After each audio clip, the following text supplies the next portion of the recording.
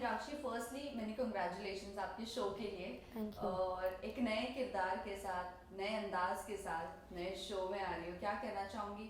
एक नेगेटिव किरदार, वो भी आपने फर्स्ट टाइम नेगेटिव किरदार लिया है, इफ आई जी। Am not wrong. सो क्या कहना चाहूँगी अपने किरदार के बारे में?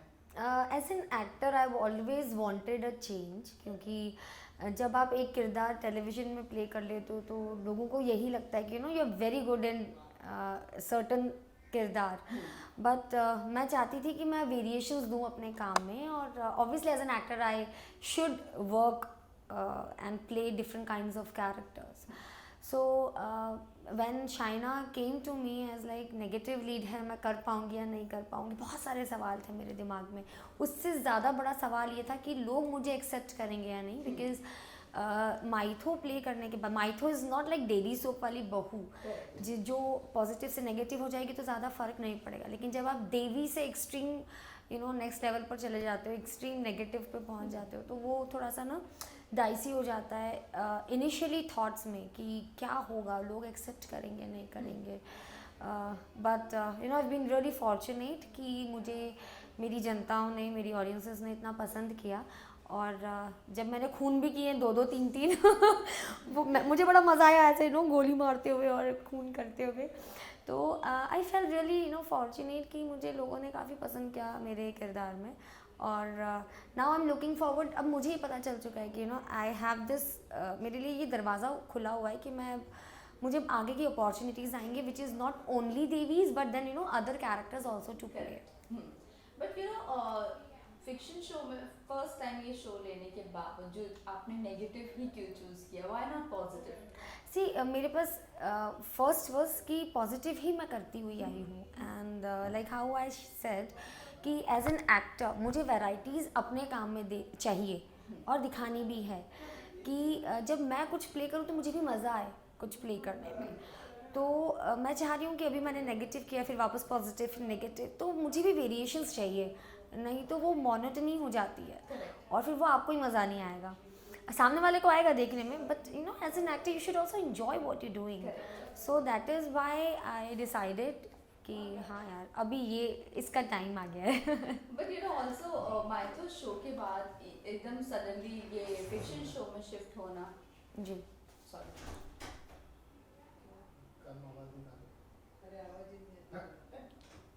अच्छा डांटा है, काफ़ी अच्छा डांटा है, जो भग बोला है मुझे मज़ा आ गया सुन के।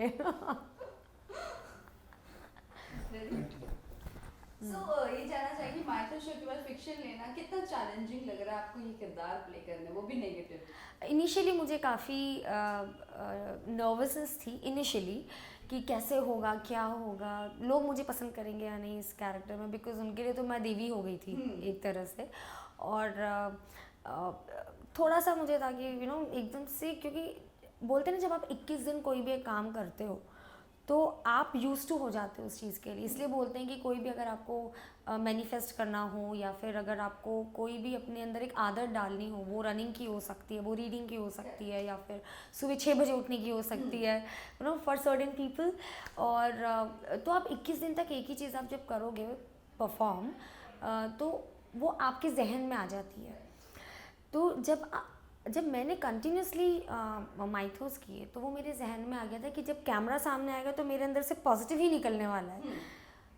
तो उसके लिए मैंने काफ़ी पीछे मेरा बैकवर्क चला था, प्लस जो हमारे डायरेक्टर हैं Afzal sir, he was very helpful कि how to play this character.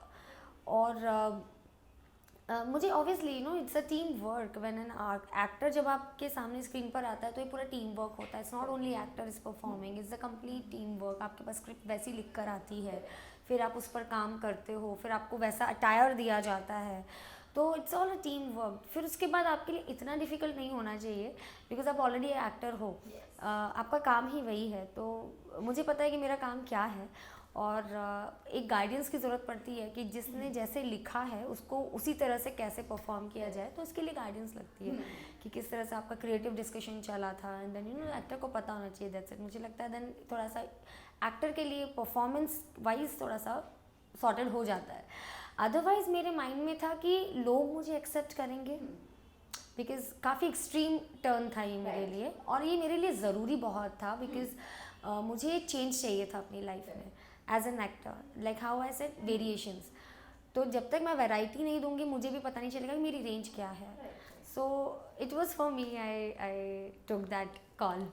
सो मदिराक्षी ये एक्सपेक्ट कर सकते हैं कि अब आप फिक्शन शो की तरफ आ रही जी। हो माइथो छोड़कर, जी। सो कहीं ना कहीं रियलिटी शोज भी आप करने वाली हो, नहीं करने वाली हो? मैं फर्स्ट क्वेश्चन पे आपको करेक्ट करूँगी, मैं माइथोस नहीं छोड़ा है मैंने। Okay. It is my work जो मेरे पास में आएगा, और इफ़ आई फील कि यार मुझे करना चाहिए, क्योंकि मुझे जो फेम मिली है, जो मुझे लोगों का प्यार मिला है, वो मुझे माइथो से ही मिला है, तो मैं उसको छोड़ नहीं सकती, वो मेरे दिल से जुड़ा हुआ है। सेकंड, मैं वेराइटीज़ चाहती हूँ अपने काम में, कि अब मैं ये भी कर सकती हूँ, मैं ये भी कर सकती हूँ, मैं ये किरदार भी प्ले कर सकती हूँ, खून भी कर सकती हूँ और लोगों को बचा भी सकती हूँ। So like how we use to watch Amitabh Bachchan की मूवीज़ हो गई या शाहरुख खान की मूवीज़ हो गई, कि वो मारते भी हैं और बचाते भी हैं, हर पिक्चर में उनका अलग अलग कैरेक्टर है, तो ये वेरिएशंस हो गए एक एक्टर की लाइफ में। वैसे ही टीवी में, because it is a family audiences, तो आप कनेक्ट हो जाते हो बहुत जल्दी उनसे। तो लाइक हाउ आई सेड कि ये मेरे लिए माइथो भी उतना ही इम्पॉर्टेंट है जितना मेरे लिए अदर कैरेक्टर्स इम्पॉर्टेंट हैं या फिर अदर लीड्स इम्पॉर्टेंट हैं। तो मैं छोड़ने वाली कुछ भी नहीं हूँ, सब मैंने पकड़ के रखा हुआ है, डिपेंडिंग ऑन अभी फ़िलहाल मैं चाहती हूँ वेरिएशंस आ जाएँ ताकि मेरे लिए आगे के रास्ते खुल जाएँ, और उस तरह के किरदार मेरे लिए लिखे जाएँ जो हर रेंज को क्रॉस करते हैं, वैसा। सो रियलिटी शोज के बारे में क्या ख्याल है? मैं चाहती हूँ कि एज मदिराक्षी भी मुझे देखा जाए, so if something is coming to me it's most welcome. So reality shows की अगर बात करें, so which is your favourite one, like खतरों के खिलाड़ी हो, डांस हो, या बिग बॉस हो, what? I love Bigg Boss, and dance shows भी मुझे बहुत पसंद है, बिकॉज 50-60% मैं अच्छा डांस कर लेती हूँ। सो या अगर मुझे मौका मिलेगा तो आई वुड बी लाइक सबसे पहले जो मौके मुझे ले लो ये।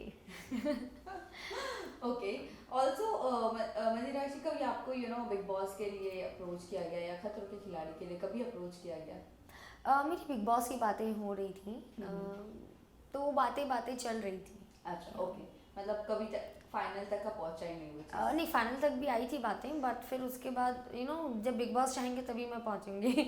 उनका घर है, बिग बॉस का घर है। वेल मदिराक्षी, इसी के साथ साथ एक और एक चीज़ जानना चाहेंगे, फिलहाल जो अभी बहुत ज़्यादा टेलीविजन में चल रहा है, चाहे वो प्रोड्यूसर्स को लेकर हो, चाहे वो एक्टर्स को लेकर हो, अभी रिसेंटली नॉर्म्स फॉलो नहीं करने पर फायर किया जाता है एक्टर्स को। ऑल्सो जब एक्टर जो चीज़ें कहता है और प्रोड्यूसर वो चीज़ कम्प्लीटली नहीं करता है, लाइक पेमेंट नहीं देना, हरास करना on set, so what is your take on this? See I been very lucky in this कि मुझे अभी तक इन सब चीज़ों का सामना नहीं करना पड़ा है, तो शायद मैं कमेंट कुछ भी करूँगी तो it will not be very much ठीक on it.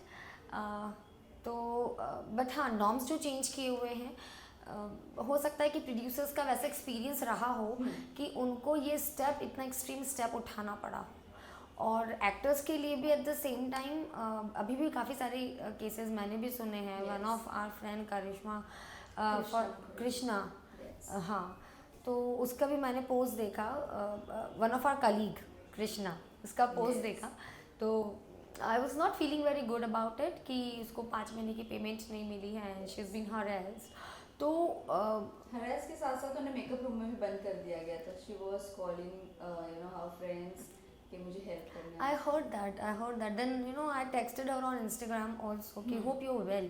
See, but then इसके लिए भी करेज चाहिए, ये लिखने के लिए एज एन एक्टर आपको बहुत करेज चाहिए, क्योंकि क्या होता है आपका काम उसके बाद डिपेंड करता है कि आपको फिर आगे प्रोड्यूसर्स काम दें नहीं दें, या फिर आपका करियर आगे कैसे शेप करेगा, क्योंकि एक्टर को इतना फूक फूक कर कदम रखना पड़ता है कि आप अगर आपके साथ कुछ हो भी रहा है तो आप बोलोगे नहीं, जहाँ पर आपने बोला तो शायद हो सकता है कि आगे का करियर आपका काफ़ी डाइसी हो जाए। तो अगर उसने कुछ लिखा है ऐसा, या वो अगर ऊपर ये बोलते हुए आई है, तो कुछ बात हो सकती है। And from producers point of view, उनके शायद कुछ ऐसे एक्सपीरियंस रहे होंगे विद सर्टन पीपल कि उनको ये ऐसे नॉर्म्स डालने पड़ गए होंगे कि अब आप ये नहीं कर सकते, आप अफेयर नहीं कर सकते, आप प्रेग्नेंट नहीं हो सकते, आपको इस तरह से, जबकि already when we sign a show, नहीं तो नहीं 51 पेज के तो अग्रीमेंट्स होते ही होते हैं, जहाँ पर ये सब चीज़ें होती हैं कि you have to be on time and then very normal agreement में clauses, very normal clauses, but अभी थोड़ा एक्सट्रीम हो गया है, maybe because of the immediate reactions of the actor and the producers, both the sides.